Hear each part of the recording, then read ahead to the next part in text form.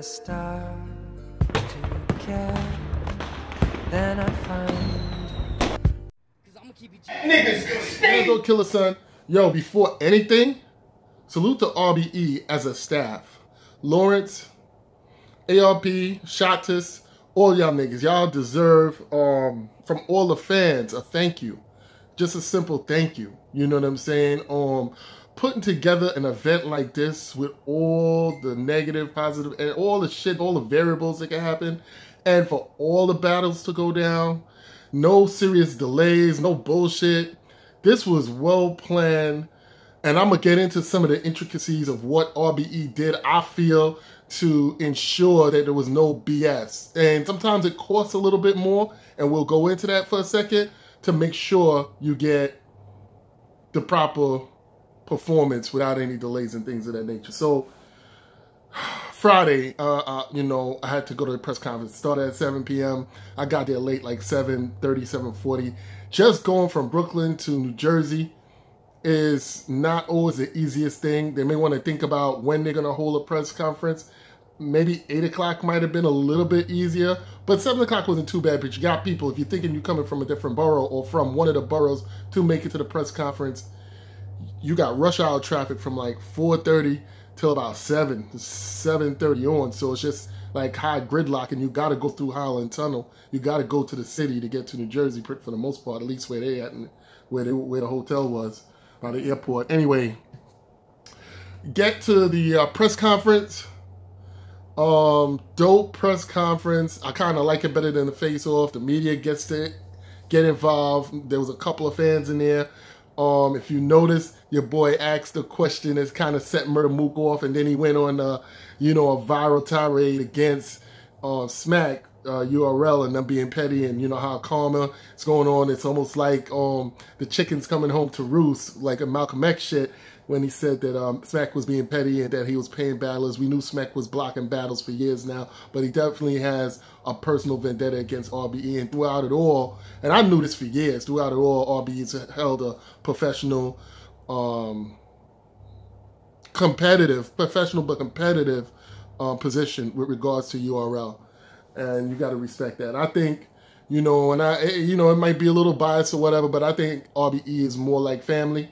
So the way they treat things, if they do something wrong or if they kind of out of pocket, I think it's my job to ask the tough questions and try and get y'all some real answers. So that's what I did with the Daylight thing before I jumped through the window. Unfortunately, I didn't have opportunity to speak to Daylight, but again, you know, some shit happens. Just in life, shit happens. So moving on, press conference, dope. We know that's down, right? Get into the battle. All right. Me, when I attend the battle, I try and tell y'all what the atmosphere is like, what I feel going into it, all that. Now, I'm driving in. I'm getting caught in traffic on Saturday, trying to get there for one, trying to get there for two, honestly. I'm trying to get into the one-shot kill, and I had to see it on the live stream because the traffic was just crazy. From what I could see, Top 10 did a sting. I interviewed both of them.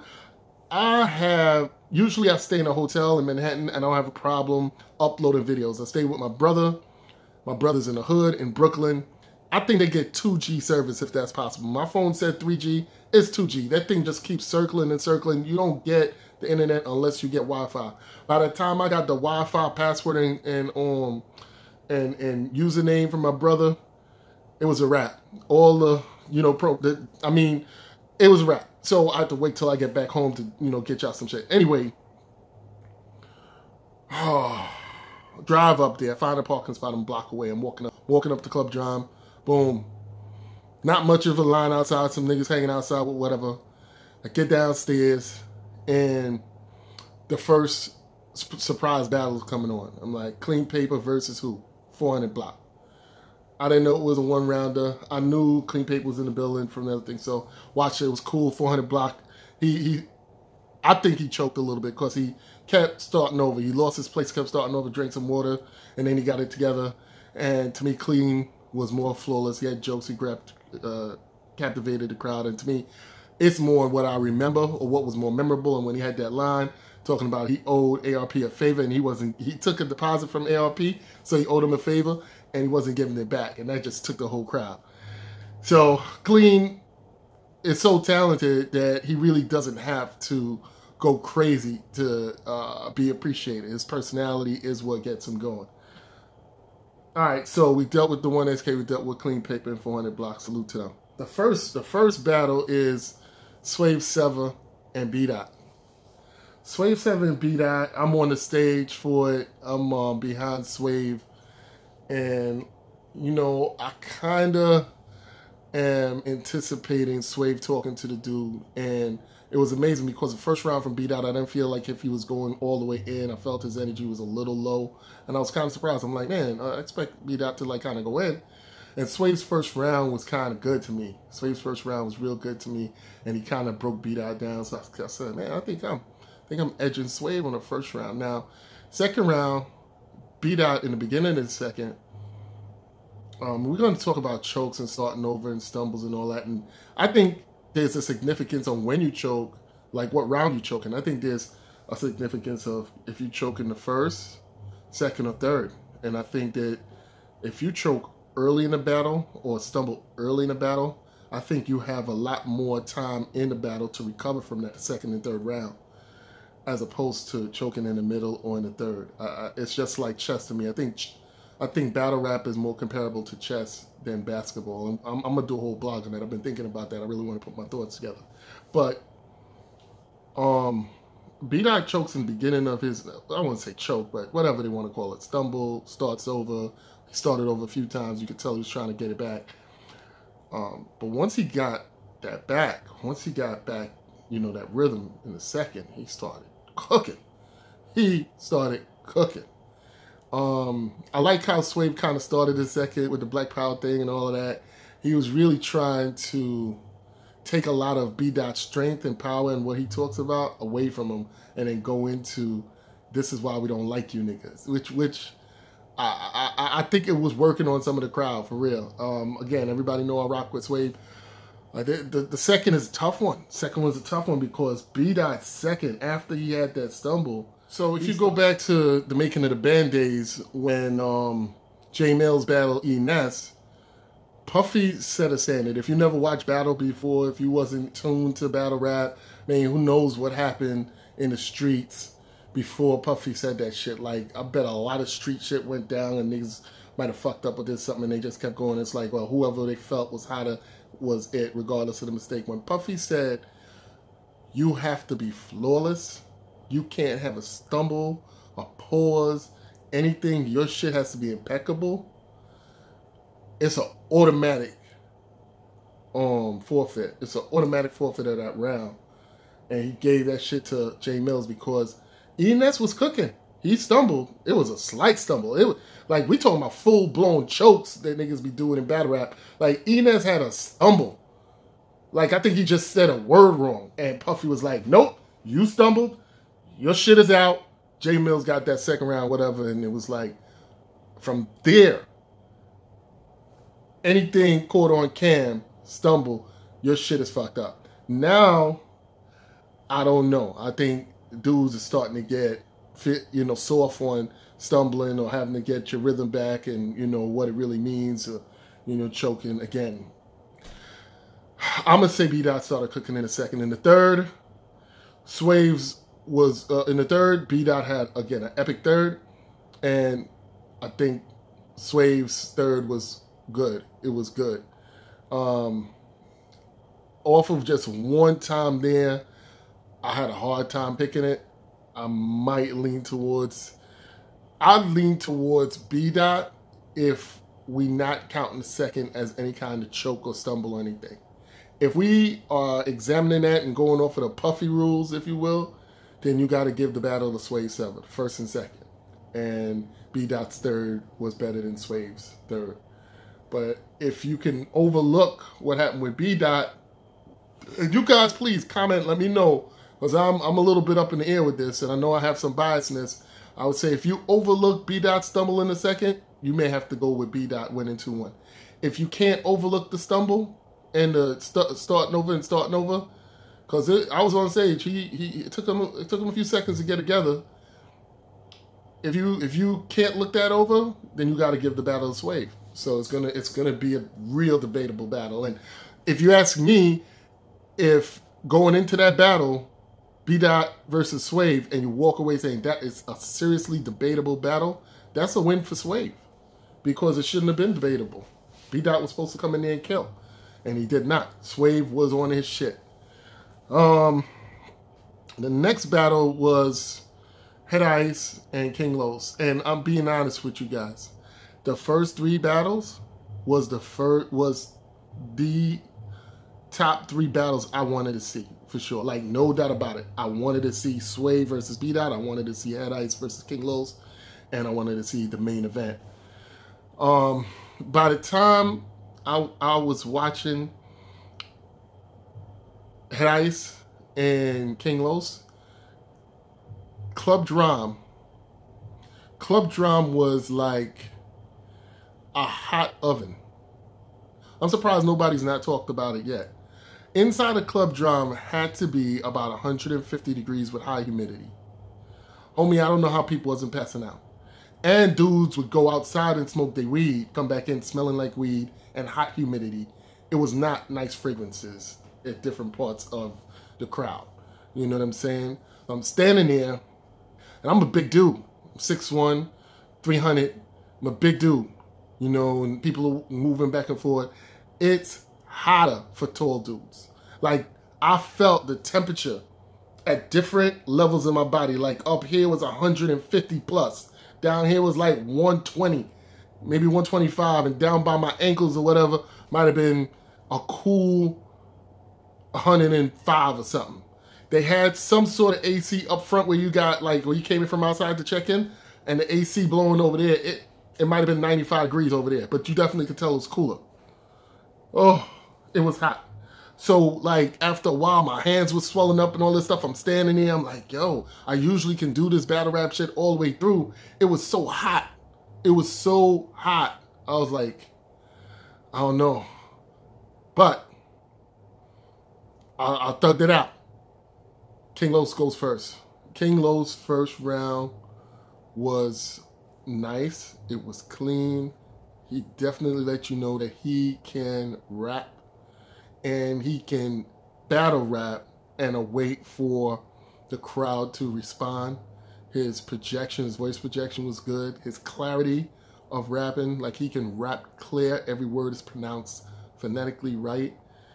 The only issue that you can say is that his first round was dedicated to Daylight, kinda. It's like he says, hey, 80% of this round, I want y'all to know what I had for Daylight. It was some pristine, crystal, nice shit, but it was for Daylight. It was definitely for Daylight. His name flips, all that stuff, he was just letting Daylight know, hey, I had you, homie.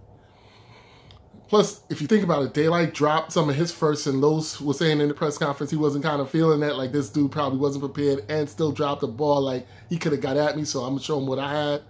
And he probably felt he could take a round off against Ice. I don't know. Took a risk. I think it paid off, but he took a risk. So now Ice goes, and Ice goes with that wolf and that, talking that shit to him. I don't know, there was like sort of like a gay angle he was trying to get at King Los, like King Los was gay or had gay tendencies and all of that. So he kept with that theme all 3 rounds. The first round, you can say might be a push because Ice kind of stumbled or choked at the end, clearly. You could tell. He was not finished, but he had to stop because he ain't had nothing more after he couldn't get back his spot. So the first round, you kind of like, as a battle rap fan, you kind of like, I don't know what to do with this. Ice kind of choked at the end. Los donated the round to Ice, so I'm moving to the second. And King Los' second round was amazing. Like, for him to be an industry dude, first of all, he's not, people keep saying he's an industry dude, King Los knows all the history of battle rap, including he's been around and been involved in a lot of what we call marquee events in battle rap, and Summer Madness too. Puffy being there, the $10,000 to Rex, all that stuff. He's been involved in this shit. So he put that second round together, and he starts telling you, it's like he was giving a lecture, like, yo, don't treat me like I'm some industry. I mean, I'm an industry nigga, but I know battle rap. There's a lot of shit that I could tell y'all about battle rap, and from my perspective, that's going to push the culture forward. And that's what I felt the second round did on RBE stage. This motherfucker pushed culture forward. He was not culture vulturing. He said, I'm just here. He says, first of all, he said, how do you think Puffy got at Summer Madness 2? Like, how do you think Puffy wanted to come? He says, I influenced that. He says, I was involved in that, right? Okay, whatever. He says, how do you think Puffy threw them 10 stacks or 14 stacks at Rex? He's like, I threw that idea, I put that energy out there. Okay. And he's like, he battle rap. He says, what y'all think? I did all of this. And he says, I've been investing in battle rap for years. I'm just here to collect on my return. The crowd, the crowd loved that shit. Crowd loved that shit. That second round was his. I don't care what Ice had to say. That second round was King Los. And that motherfucker was rapping his ass off. Third round, Ice does his thing again, whatever. King Los does a rebuttal, says something off of, you know, using Ice shirt. He had a cross on it, did a rebuttal. Crowd loved it. He had some stop and goes. He was definitely allowing the crowd to react, but a couple of times it felt like the pause was a little too long. Like he's thinking, all right, I'm gonna hit him with this next group of bars. All right, I'm gonna hit him with this next group of bars. Like you could tell he was thinking of. It's almost like I felt like his brain had different files of bars, and he's like, all right. I don't think he wrote, especially the third. I don't think King Los wrote like, all right, this is bar 1, this is bar 2, bar 3, bar 4. I think he just had different files of bars, and depending on how the crowd reacted, he'd be like, all right, I'm gonna pick out file 56. I'm gonna pick out file 30 next, file 25. All right, I got file 200. All right, this will work good. It's like just putting files back and pulling files out, putting files back. And depending on the reaction and how people was feeling it, he knew what the next file to go to would be. He did not have, to me, a set lineup in the third. So while the crowd was reacting to a bar, he was pulling out the next line. And it was, I feel as though if he battled more, if he decided to battle more, that third round would be more cleaner and better. Not saying that it was bad. It was just that you could see him saying, all right, I'm going to give him this shit. All right, I'm going to give him this shit. All right, let me give him some more. Like he was reloading the clip each time, reloading the clip. Like you're in a massacre and you just hear the nigga dropping the clip, putting another clip in, dropping the clip, putting another clip in. It wasn't no automatic rifle shit. I gave Los the battle. And I don't feel bad about it. Like he came there and respected the culture. You know what I'm saying? Even Ice was on the stage like, yeah, this motherfucker's cooking me. Yeah, he giving me that shit. Like Ice, a couple of them bars, he was like, I gotta respect that. And I give it to Los, man. He talked that shit the day before. He made me a believer. Like I didn't believe him. I did not believe him. I saw him freestyling on a couple of interviews. I'm like, this dude's gonna come out there freestyling, and these dudes gonna boo the hell out of him. At the interview, I stopped him. I told him straight up, I'm like, yo, King Los, I'm gonna keep it real with you.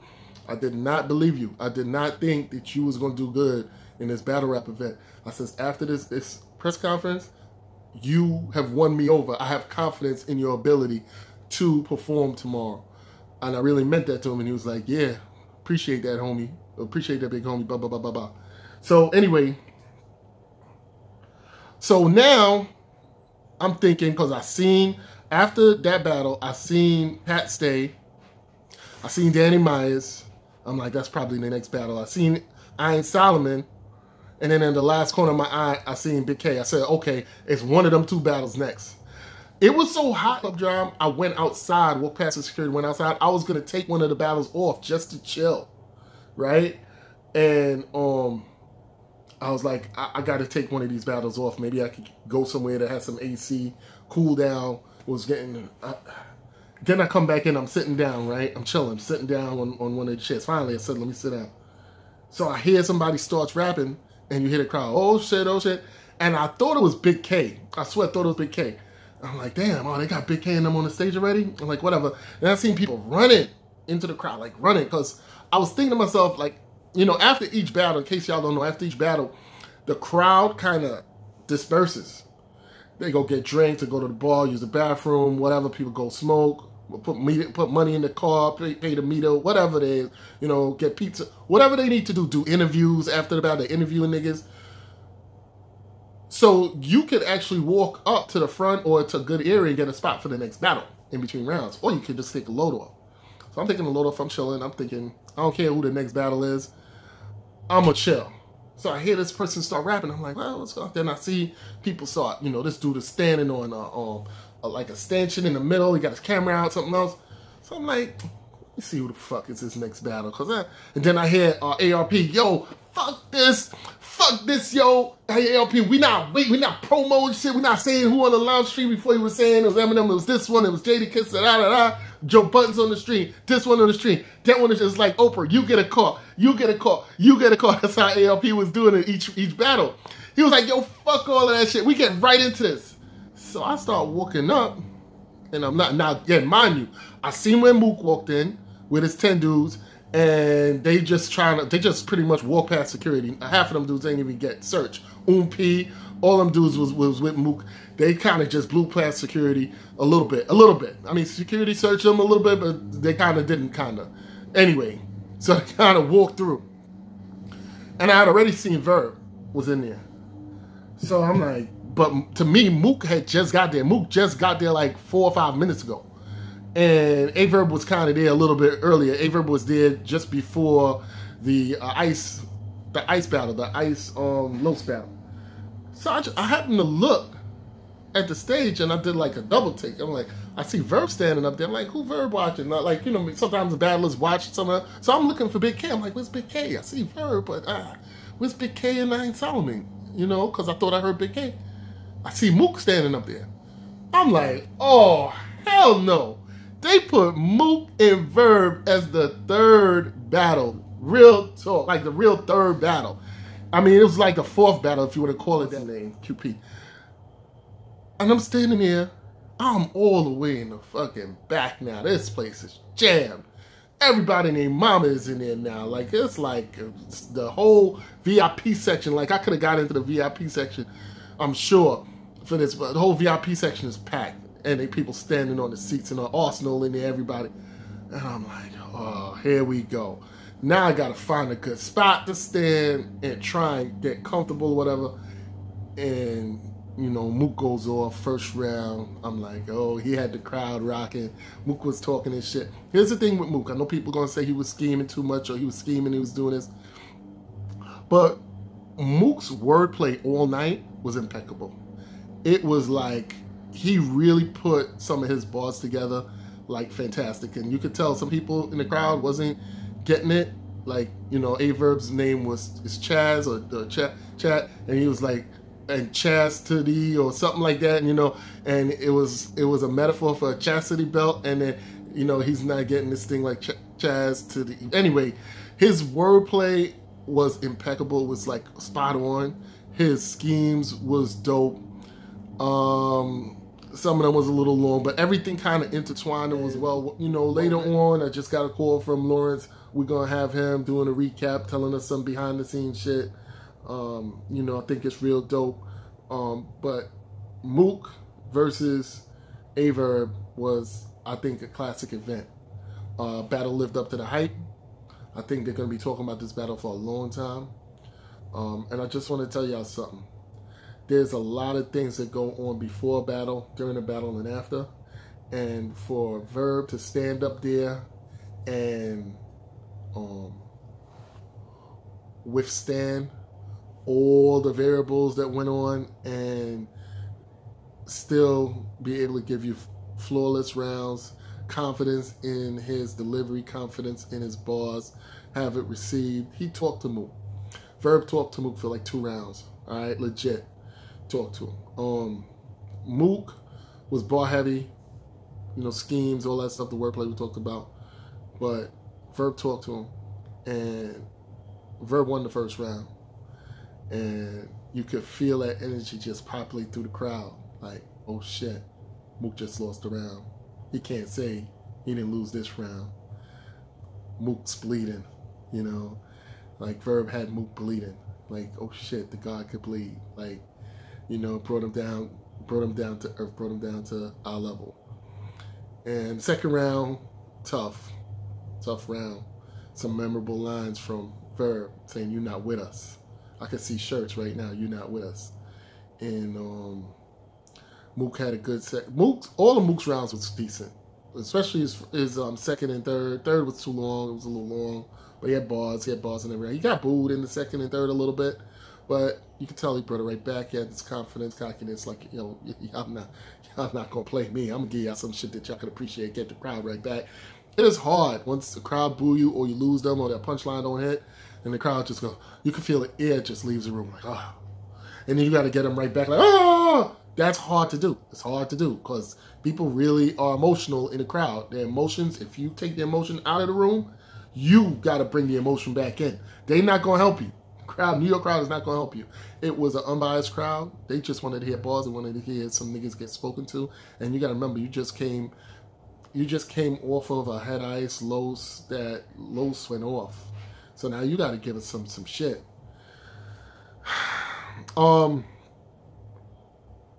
This battle is going to be a tough battle to say clearly you won. Like, I could see people saying, Mook 2-1. I could see it. I could see people saying Mook won the first, second, or the first and the third, or the second and the third. I could see people saying Mook won all three, or people saying, you know, just the third alone with how long it was and not stumbling. That was impressive.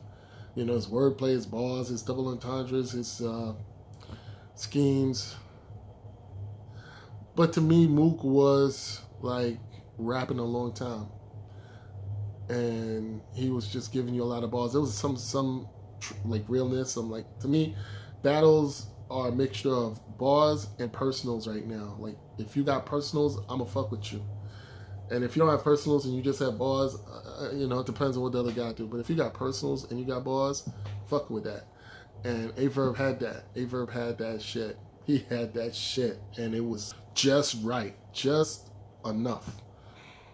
So what I'm planning on doing, because during that battle, my hands swole up, my legs felt like it was on fire. It was, like I said, it was super hot. Mook went so long. A lot of people kind of left after Mook battle. Like, I mean, people like actually went outside. They missed the whole next battle or two, and then some people just left. You know what I'm saying? But, you know, I'm a pay-per-view it. You know what I'm saying? I suggest everybody do not wait. Do not wait for these battles to drop. Get the pay-per-view. Support the culture. It's worth every penny. This one's worth it. If you pay for Summer Madness 7 and you're like, shoot, I ain't paying another thing, this is worth the pay-per-view. You know what I'm saying? Get the pay-per-view, support the culture, and we'll see what it is. Mad Dog Killer Son. Feel me? Subscribe to the channel. You know, drop a comment. You know what I mean? You know, let me know what y'all thinking. Where we at. I'm going to drop the other half of the recap. Once I see it, might be tomorrow, whatever. You know, nigga had a long day yesterday, so I'm trying to get this shit out here. You know, R.I.P. Your soul just lift up and you out of here. I see you on that other side, bye. Cry rivers, courtesy of mine. We terrorize rappers better.